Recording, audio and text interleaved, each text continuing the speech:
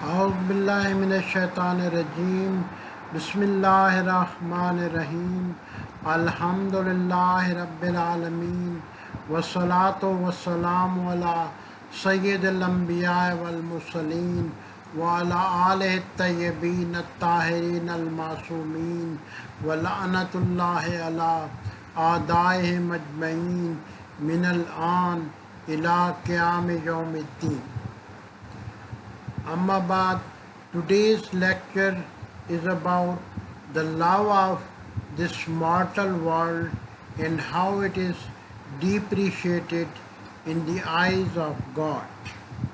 Allah subhanahu wa ta'ala in Surah Baqarah, verse number 86, He says, أُولَٰئِكَ الَّذِينَ اشْتَرَوُا الْحَيَاةَ الدُّنْيَا بِالْآخِرَةِ, those people who sell the life of the hereafter for the life in this world, وَلَا يُخَفَّفُ عَنْهُمُ الْعَذَابُ, then the chastisement shall not be decreased for them, وَلَا هُمْ يُنْصَرُونَ, and they shall not be helped.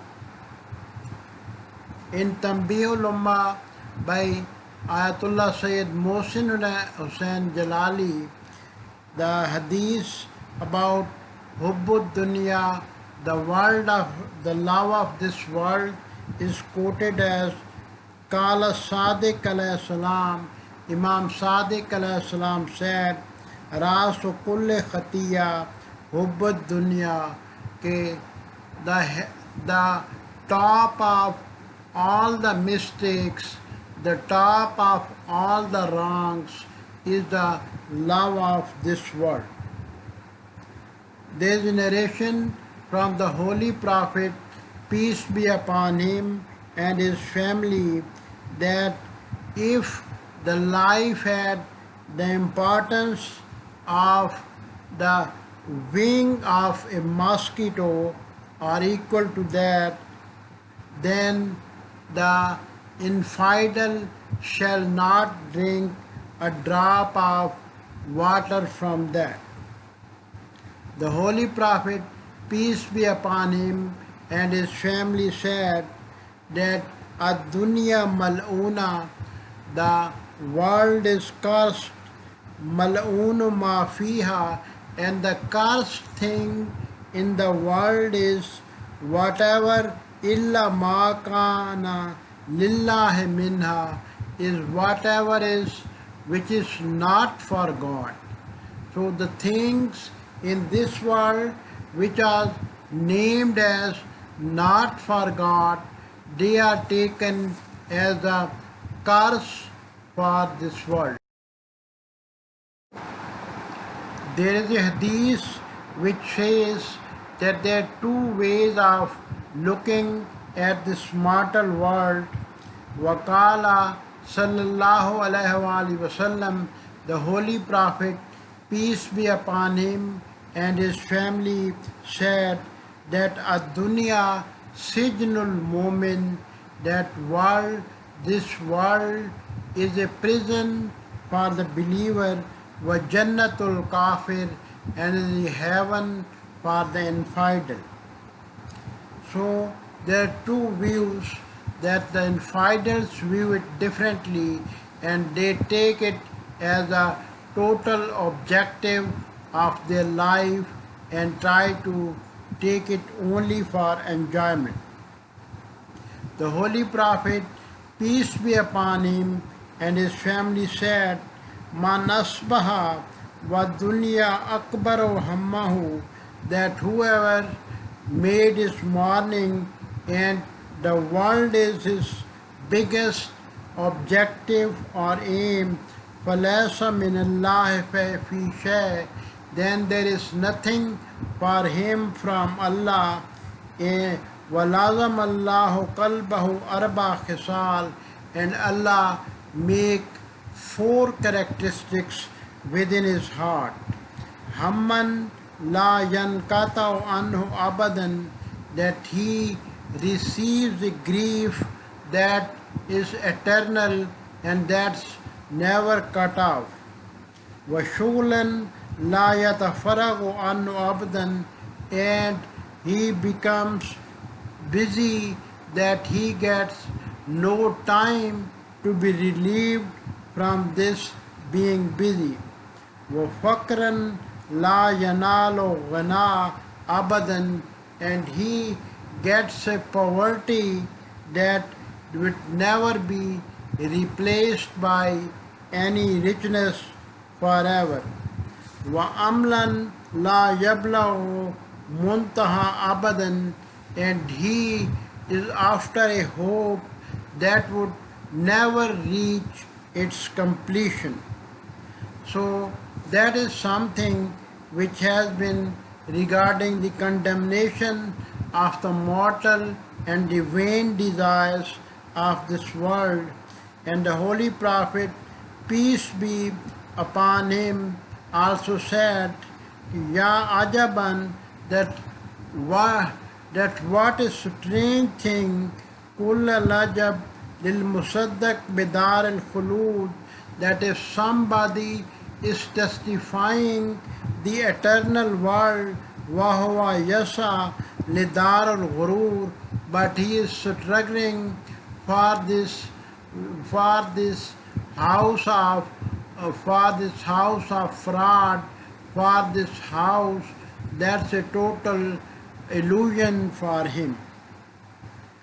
And then in another hadith, the Holy Prophet, peace be upon him, said that the world eats the faith like the fire eats its fuel.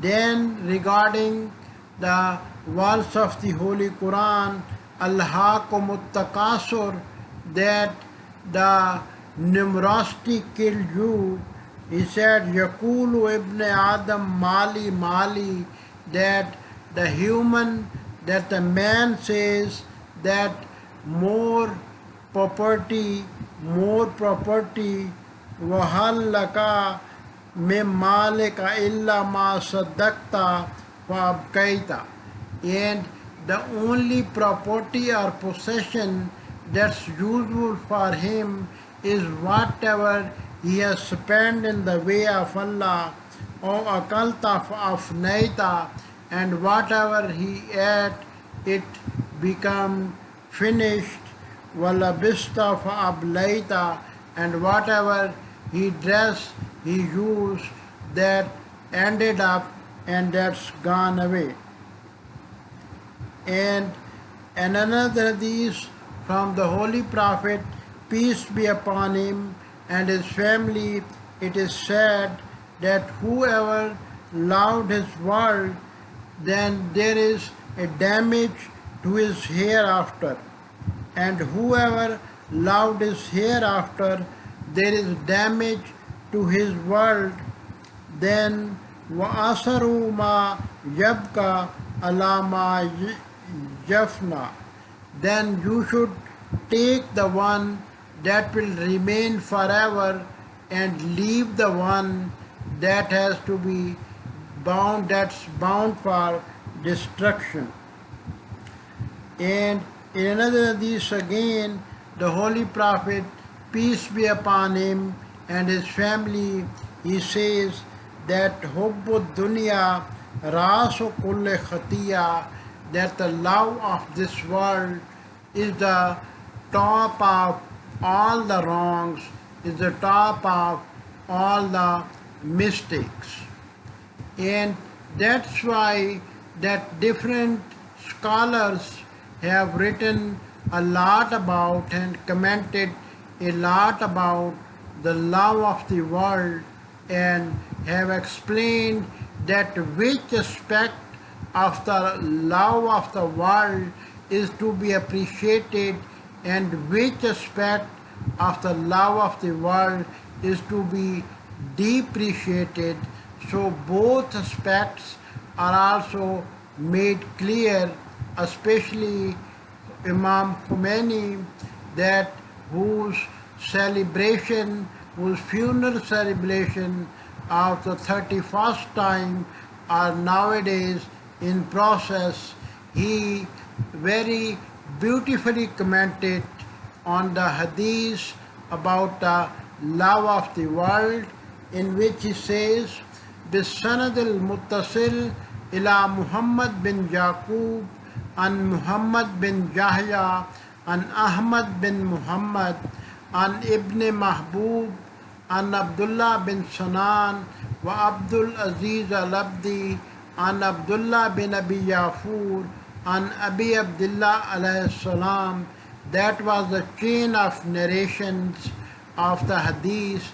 قال من أصبح وأمسى والدنيا أكبر همه وجعل الله تعالى الفقر بين عينيه وشتت أمره ولم ينل من الدنيا إلا ما قسم الله له ومن أصبح وأمسى والآخرة أكبر همه جعل الله الغنى في قلبه وجمع له أمره. Muhammad ibn Yaqub al-Kulaini, the famous collector of the Encyclopedia of Hadith called Al-Kafi, from Muhammad ibn Yahya, from Ahmad bin Muhammad, from Ibn Mahbub, from Abdullah ibn Sanan and Abdul Aziz al-Abdi, from Abdullah ibn Abi Yafur, who report Abu Abdullah Imam Sadiq alayhi salam to have said, one who passes his evenings and mornings in such a way that the world be his biggest concern, God ordains poverty between his two eyes and causes his affairs to become disjointed and dissipated, while he does not attain anything except what has been appointed for him. As for one who passes his mornings and evenings and mornings, while his biggest concern and goal be the hereafter, God puts contentment to his heart and gives a wholeness and unity to his affairs. There are various interpretations of the term the world and the hereafter according to different views offered by mystics and scholars. Here our objective is not to plunge into any involved discussion about hair-splitting definitions, an absorption which keeps the wayfarer from proceeding towards his goal. What is essential here is to understand the meaning of the disapproved world, the world in the sense in which it's necessary for the person seeking the hereafter to shun it, and the factors that assist man and guide him on the path of salvation. These we shall discuss, God willing, in the next coming sentences. Maulana Majlisi, on the reality of this world, this great researcher and peerless traditionist, Maulana Majlisi states, let it be known to you that which can be deduced from all the verses of the Quran and the traditions in this regard, according to our understanding of them, is that the accursed world is the sum total of all those things that prevent man from obeying God and keep him from his love and from seeking the hereafter. Therefore, the world and the hereafter are antithetical to each other. Whatever causes his good pleasure and one's nearness to him belongs to the hereafter, even though apparently it should seem to be a matter of the world such as the trade, the agriculture, the industry, and the crafts, whose purpose is to provide subsistence for one's family for the sake of obedience to God's commands, for spending one's income for charitable purposes and the welfare of the poor and the needy, and to avoid dependence on others and beseeching their help. All these activities are meant for the hereafter, though people should consider them to be for the sake of the world. On the other hand, heretical exercises in spiritual self-discipline, sanctimonious deeds, and the like, and though they might be performed with great devotion and care, are meant for the world as they cause alienation from God and do not bring man near to him. Such are the deeds and the practices of the infidels and those who oppose the right path. Another researcher remarks, your world and hereafter are two inner states of your heart, that which is nearer and is concerned with the life before death is the world, and whatever that follows it and is concerned with the life after death is the hereafter. Therefore, everything that earns you pleasure and joy and provokes your lust before death, it is the world for you. According to the view of Khomeini, he says the world may sometimes be regarded as meaning the lowest level of existence and the abode of change, transition, and annihilation. The hereafter signifies return from this lower mode of existence to the higher celestial plane, one's inner world, which is the abode of permanence, stability, and eternity. These two worlds exist for every individual. The first one is the terrestrial realm of development and emergence, which is the lower plane of observable worldly existence. The other is the hidden, inward, and celestial level of existence, which is the higher plane of being of the hereafter. Although worldly experience is a lower and defective form of being, but since it is a nursery for the training of lofty souls and a school for acquiring higher spiritual stations, it is a field for cultivating the hereafter. In this sense, it is the most sublime of the realms of being and the most profitable of worlds for the lovers of God and the wayfarers of the path of the hereafter. And were it not for this terrestrial realm of matter, the domain of physical and spiritual substantial transformation and change, and if God Almighty had not made it a realm of transition and annihilation, not a single imperfect soul would have attained its promised state of perfection, nor would it have been able to reach the realm of permanence and stability, nor the embodiments of imperfection would have been able to enter the kingdom of God. Accordingly, that which mentioned in the Quran and tradition regarding the disapproval of the world does not actually apply to the world itself. but is meant to refer to absorption in it and love and attachment for it.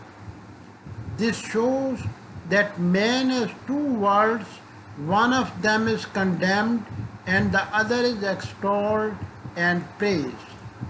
The world which is approved, and in that which one in that which one acquires in this earthly abode, this school and this marketplace where higher stations and lasting spiritual merits are exchanged for transitory goods, and where arrangements are made for the abiding abode.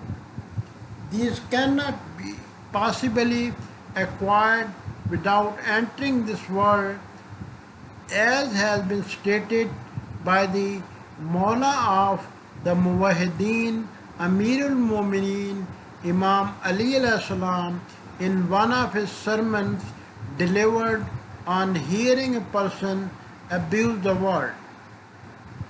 Inna dunya daru sidkin liman sadakaha wa daru afiyatin liman fahima anha wa daru ghinan liman tazawwada minha wa daru mawizatin liman attaiza biha masjidun ahibba illahi wa musalla malaikatillahi wa mahbit wahyillahi wa matjiru awliyaillahi iktasabu fiha rahma wa rabihu fiha al-jannah.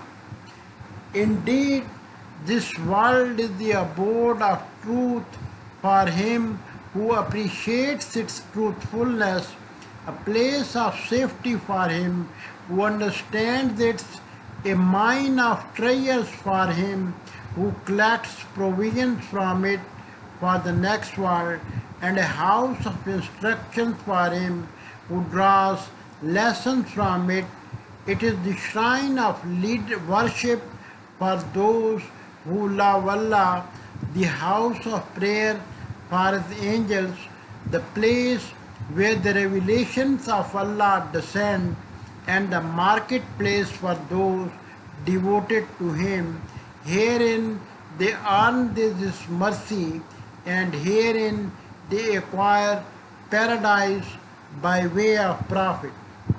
God Almighty words, وَنِعْمَ دَارُ الْمُتَّقِينَ, what a good abode is the house of the pious, relate to the world. According to the interpretation of Imam Baqir alayhi salam, reported in the tradition by Tafsir al-Ayashi, therefore this world, being as it is the manifestation of and witness to his beauty and majesty, is not at all commendable in this sense. That which is commendable is the world of man itself, in the sense of his absorption in the world of carnal nature and his attachment and love for it. The world is the source of all vices and all inward and outward sins, as reported in Al-Kafi from Imam Sadiq alayhi salam. قال الإمام الصادق عليه السلام راس كل خطية حب الدنيا. Imam Sadiq alayhi salam said, the love of the world is the source of all transgressions. And it has been reported from Imam Al-Baqir alayhi salam that he said, Ma zebane zariyane fi ghanamin قد فرقها رآوها أحدهما في أولها والآخر في آخرها بأفسد فيها من حب المال والشرف في دين المسلم. The harm done by two ferocious wolves, one attacking from the front and the other from the rear, to a herd without a shepherd is less rapid than the one done by the love of the world to the faith of the faithful. Therefore, the attachment of the heart and the love of the world is synonymous with the accursed world, and the greater the attachment, the thicker the veils between man and the realms of sublimity, and denser the curtain between the heart of the human being and its creator. It occurs in some ahadith that there are 70,000 veils of light and darkness between God and His creatures. The veil of darkness may be no other than the attachment of the heart to this world, and the deeper they are, the greater the number of veils and greater the difficulty of their removal. There are some factors that promote worldliness. Man is the child of this physical world, nature being his mother, and he is the offspring of water and dust. The love for this world is implanted in his heart since the early time of his development and growth. As he grows, this love also increases on account of the faculties of desire and the organs of deriving pleasure that have been granted to him by God Almighty for the sake of the preservation of individual and species. This love grows day by day. Since he considered this world as a place of pleasure and luxury, and death as the end of these activities, even if he is led to believe in the hereafter, its states, condition, and rewards by the arguments of Hukama or the traditions of the prophets, yet his heart remains unfamiliar with them and does not accept them, let alone obtaining certainty of their reality. Due to these reasons, his love for this world and his attachment to it increase considerably. Since man naturally loves immortality, detests and evades decline and annihilation, and mistakes death for annihilation, even if his reason were to confirm this world as the house of transition and annihilation, than that world as eternal and everlasting. His heart does not accept the findings of his reason if they have not entered the heart itself. The main thing is that the belief should be entered the heart, and the best state is that of complete certainty. It is for this reason that Ibrahim Khalilullah alayhi salam asked God to bestow upon him certainty, and that was granted to him. Therefore, as the hearts do not have faith in the hereafter like those of ours, though rationally we may posit its existence, they desire to remain in this world and are averse to the thought of dying and quitting this lower mode of existence. But if our hearts become aware of the fact that this world is the lowest of the worlds and the house of decline and change and the realm of imperfection and destruction, and that there are other realms beyond death, each of which is eternal and stable, perfect and permanent, where life is bliss and beatitude, our hearts would naturally acquire the love of that world and would abhor this world.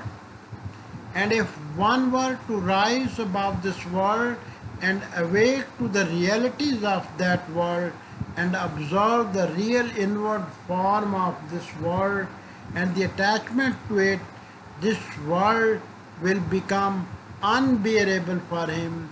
He will detest it, desire to leave this abode of darkness and to get rid of the shackles of time and transition and attitude which apparent in the words of the awliya. Imam Ali alayhi salam, the Mawla of the awliya, said, Wallahu li ibn Abi Talib anasu bil maut min atif bisadjil ummihi. By God, the son of Abu Talib is more intimate with death than an infant with its mother's bosom. The great soul had considered the reality of this world from the viewpoint of Wilaya and has chosen the blessed vicinity of the Most High. And were it not for the sake of the higher goals, those pure and chaste souls would not have tarried in this murky and gloomy gathering even for a single moment. To inhabit this phenomenal world of plurality, to meditate upon the worldly affairs, even with the spiritual favors, is a matter of great pain and sorrow for those absorbed in the love of God, a sorrow which cannot be even imagined. Their lamentations, as reflected in their prayers and supplications, were on account of the pain of separation from the beloved and his magnanimous vicinity, although there were no mundane or spiritual veils for them, and they had left behind them the subdued hell of nature and its attachment, their hearts being free of the defilements of physical nature. Nevertheless, the very presence in the confines of physical nature and the inevitable pleasures associated with it, even if they were be very few, acts like a veil. It is on this account that the Holy Prophet, peace be upon him and his family, is quoted to have said, لَيُغَانُ عَلَى قَلْبِي وَإِنِّي لَأَسْتَغْفِرُ اللَّهَ فِي كُلِّ يَوْمٍ سَبْعِينَ مَرَّةً.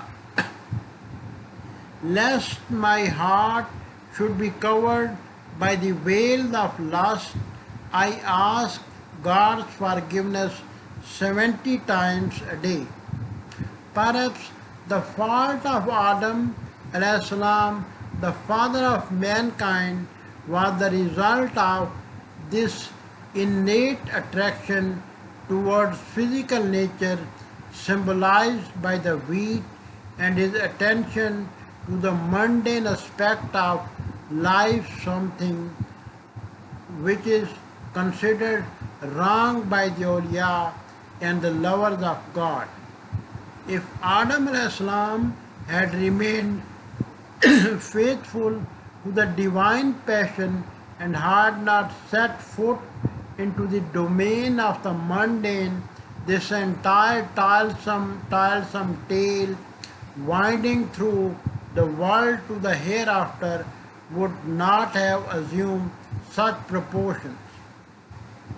Let it be known to you that each and every pleasure that man derives from this world leaves a trace on his heart, thus indicative of its susceptibility to the physical world and a cause of its further attachment to the world. The more the enjoyments and the pleasures, the greater their impression upon the heart and the more intense its attachment to the world and love for it. The process continues until the heart completely yields to the world and its allurements. Such a condition is a source of great many evils. All the human transgressions, sins, and moral vices on account of this love and attachment, as mentioned in the hadith quoted from Al Kafi. One of the greatest evil of this love, according to our Shaykh, my soul be sacrificed for him, is that if the love of the world captures the human heart and the attachments became strong, at the time of death man finds God Almighty is separating him from his beloved and causing separation between him and the darling of his desire. As a result, he leaves the world in a state of indignation and rancor against him.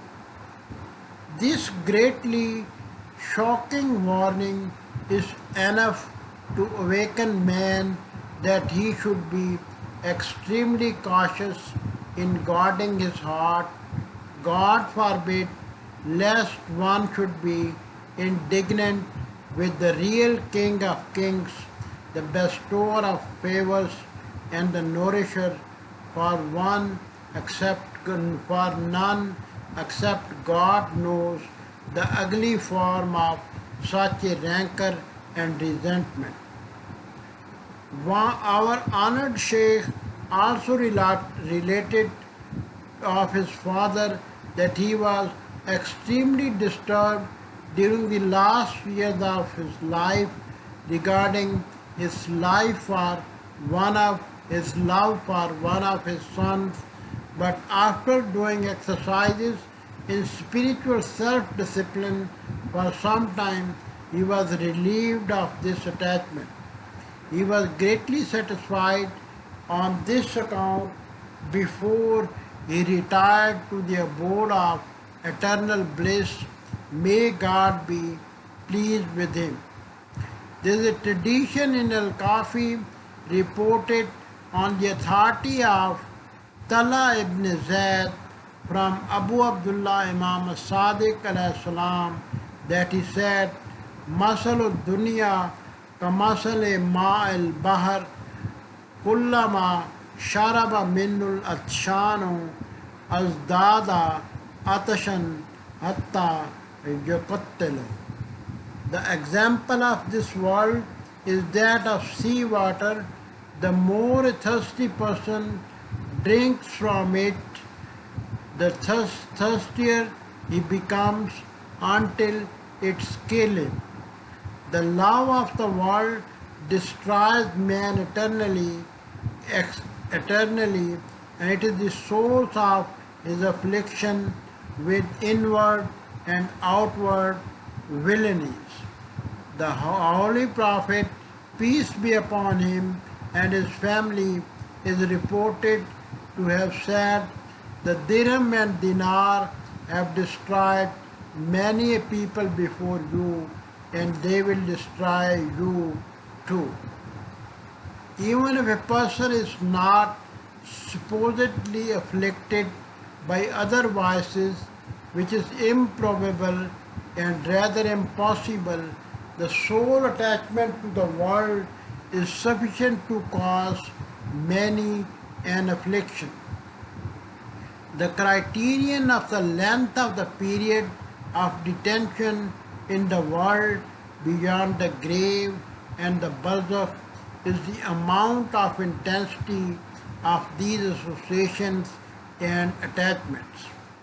The lesser they are, the more spacious and brighter his place in the grave and barzakh, and consequently the lesser the period of one's detention therein.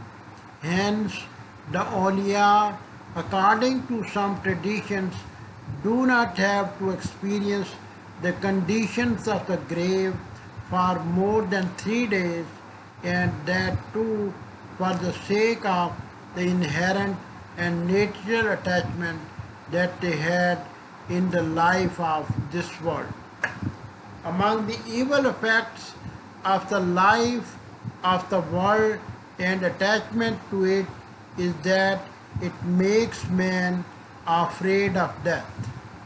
A fear of death being the product of the love of the world and attachment to it is highly objectionable. It's different from the fear of the day of resurrection, which is one of the attributes of true believers.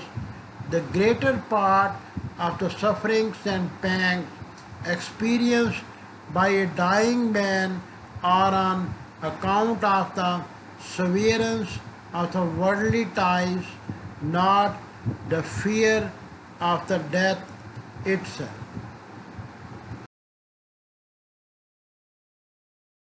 Brilliant writers like the writer of Qabasat writes about this love of the world. He is a judicial analyzer of the world of Islam. Mir Damad Karamallah Wajho, in his Qabasat, a book of rare excellence, he writes that death itself will never frighten you. Its bitterness lies in being afraid of it. Another great evil caused by the love of the world is that it keeps man from religious exercises, devotional rites, and prayers, and strengthens his physical nature. It inculcates disobedience within his physical nature to the commands of his spirit. As a result, it weakens his power of resolution and debilitates the will, whereas one of the main secrets and aims of worship and religious exercises is to make the body, the physical faculties, and the natural instincts subordinate to the spirit so that the will may control them and the force of the body to act according to its wishes and prevent it from whatever the spirit wants to abstain from. If the spirit dominates the body, the domain of the body and physical faculties is brought under the control of the spirit in a way that everything it wishes the body to perform would be performed without the slightest hardship and hindrance. One of the virtues and secrets of austere worships and laborious devotional exercises is that they are more conducive to the attainment of this goal. Through them, man can acquire strong will and resolution and overcome his physical nature. If the will becomes complete and perfect and the resolution strong and powerful, the domain of the human body and its external and internal faculties acquire angelic characteristics and become similar to the angels of God who never transgress divine commands, obey readily without any resistance or compulsion whatever he orders them to do, and refrain from doing whatever they are forbidden from. If the physical faculties of the man come under the domination of his spirit, all hardships and hindrances disappears and a state of ease and tranquility prevails. When that happens, the seven realms of physical nature will become subservient to the heavenly forces, and all the faculties will act as their functionaries. Therefore, my dear, the strength of will and resolution is very important and effective in that world. In fact, the strength of will is the criterion of entry into one of the levels of paradise, which is one of the highest heavens. Unless one possesses a strong will and powerful resolution, he cannot gain that heaven and that high station. It's reported in a tradition that when the virtuous are stationed in paradise, a message will be sent to them from the holy God saying, "This is the message sent by the eternal and immortal to the one who is also eternal and immortal. Whatever I command to be, it comes into existence. Today I bestow on you authority to command whatever you desire to bring into existence, it would come into existence." You can see that what a great authority and distinction that would be.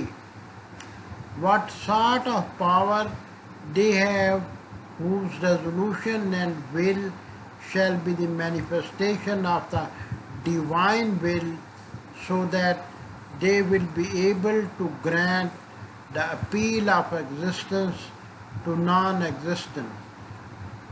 It shows the power of the will and resolution is superior to all the physical faculties, and it is also obvious that this message will not be sent out of extravagance and without proper judgment. Those whose will is subordinated to their bestial desires and whose resolution has become dead and inert, they cannot attain this station. The Almighty acts are free from extravagance and vain indulgence. In this world, everything is based on a system in which all means and ends are arranged according to an order. In that world too, all matters will be arranged in a similar manner, or rather, that world represents the highest harmony between causes and effects, means and ends. The power and authority of the will is to be cultivated in this world. This world is the sowing ground of the hereafter, and it is the substance out of which the rewards of heaven as well as the misfortunes of hell are carved out. Therefore, each one of the worships and the rites prescribed by the Sharia, besides themselves possessing heavenly and angelic forms, or elements for building the physical paradise and procuring all the paraphernalia of heavenly life. This is confirmed by tradition and affirmed by reason in the same way as every worship produces its own specific effects on the soul. It also little by little strengthens the wills and perfects its strength. Therefore, the greater the effort required for a worship, the more productive it is. Afzalul Ahmale Ahmaduha. The best of the deeds are those which are the most difficult. For instance, waking up for the sake of praying to Almighty God in the biting cold of a winter night and sacrificing the delights of sound sleep makes the soul triumphant over the body and strengthens the will. That it is a bit difficult and unpleasant in the beginning, but after a little practice, its hardship and inconvenience becomes lesser and lesser, and the subservience of the body to the soul grows. We see the people who perform it doing all this without any trouble, and if we are lazy and find it difficult, it is because we do not take action. But if we force ourselves to act, gradually the difficulty turns into ease. The people who offer the nightly prayer derive great enjoyment out of it, even more than the pleasure we derive from carnal enjoyments. The self becomes habituated through action, and goodness becomes enduring by becoming habitual. These worships have several advantages.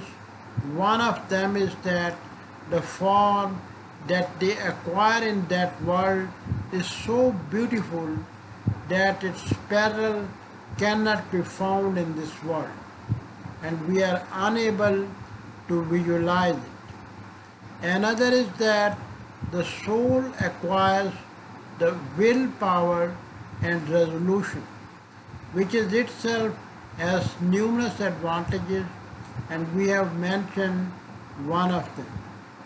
Yet another is that it familiarizes man with the worship and remembrance of God, bringing the unreal to the real and turning the heart toward the King of the Kings, stirring in it the love for the beauty of the real beloved and diminishing the attachment to and concern of the world and the hereafter. Perhaps if divine passion is produced and a state is achieved in which he knows the real objective of worship and the real secret of meditation and remembrance, both the worlds would lose their significance for him. The vision of the beloved wipes out the dust of duality from the mirror of the heart, and the God alone knows how magnanimously he will treat such a devotee. Therefore, the practice of the exercises prescribed by the Shriya, the worships and the rites, and abstention from the carnal desires and lust strengthen the human willpower and resolution. On the other hand, immersion in sinful physical nature weakens human resolution and will, as mentioned earlier. It's known to every man of conscience that man is drawn toward absolute perfection in accordance with his nature and inherent disposition. The better part of his heart is attracted toward absolute beauty and the most perfect in all aspects. This characteristic of man is innate in his nature and ingrained in it by God Almighty. Accordingly, the will is a means for the fulfillment of the search of the lovers of absolute beauty. However, everyone in accordance with his own state and condition has his own idea of perfection, and he sees perfection in something toward which he is attracted. Those who work for the sake of the hereafter perceive perfection in other worldly stages and grades, and their hearts are turned toward them. And the men of God, who beholding perfection in his beauty and beauty in his perfection, say, Inni wajjahtu wajhi lillazi fatara samawati wal ard. I have turned my face towards him who created the heavens and earth, and they say, my ecstasy lies in God. Waliya ma'Allah hal. They belong for union with Him and are in love with His beauty. The worldlings, since they perceive perfection in worldly comforts and luxuries, those things having acquired beauty in their sight and charmed him are naturally attracted toward them. Nevertheless, since man's natural inclination is towards absolute perfection, all the worldly attachments are basically errors of judgment. Therefore, the greater his mastery over worldly or other worldly benefits, whether they are spiritual accomplishments, authority, power, or material treasures, his longing for them increases and the flame of love grows brighter and more ferocious. For example, the sensual appetites of a lusty man will increase if he is given more chances of fulfilling his sensual desires. He will desire some other fulfillment that is not available to him, and the furnace of his lust will become hotter and wilder. In the same way, if the man ambitious for power and authority is allowed to establish his authority over one region, he will turn towards yet another. If the whole earth comes under his domination, he will think of invading other spheres in order to bring them under his dominion. He is not aware that his natural instincts crave for something else. The instinctive love and natural quest of man is directed towards the absolute beloved. All substantial, physical, and intentional motions, all attentions of the heart, and inclinations of the self are directed toward the beauty of the absolute beauty, yet human beings do not realize it. They abuse this love, this desire, and this longing, which is meant to be the burak, the mount upon which the Holy Prophet, peace be upon him and his family, is said to have performed the nocturnal journey through the universe called Miraj, meant for ascension to heaven, the wings to fly to union with the Absolute by wasting it on unworthy ends and by confining it within absurd barriers and limits, thus missing their goal. In short, man's inclination towards perfection is innate. The greater his greed for worldly allurements, the more he accumulates them, and the more is his heart attracted towards them, since he mistakenly believes the world and worldly fascinations to be the desired ultimate goal. In his greed towards grow and his greed toward grows day by day, and his desire for them multiplies. His need for the world increases, and poverty and deprivation becomes his fate. On the contrary, those who work for the hereafter, their attention to the world diminishes Their attention to the hereafter increases with their interest therein, and the love for this world and the interest therein diminishes in their hearts till they care no more about the world and its allurements. A sense of richness and plenitude is lodged within their hearts, and the treasures of this world lose their value in their sight. Therefore, the men of God are oblivious of both the worlds and free of care for both of them. Their only need is related to absolute plenitude, absence of need, and presence of plenitude are infused in their hearts by the light of the needless in itself.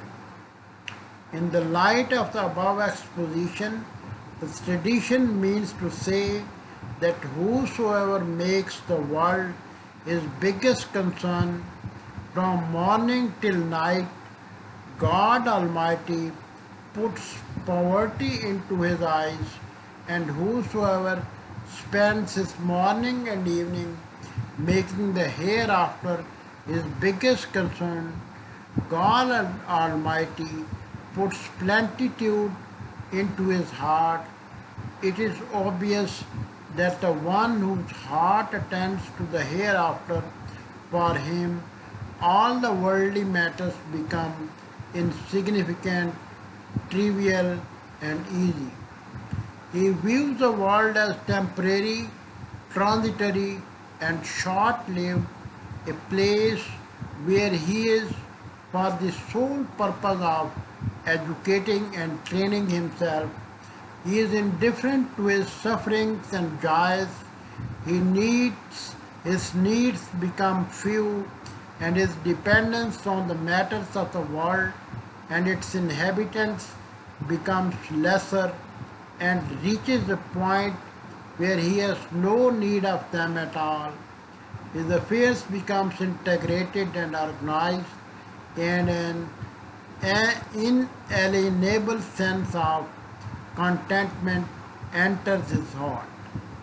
Therefore, the more you look at this world with wonders and love, the more your heart will be attached to it, and your need for it will also increase proportionally to your love.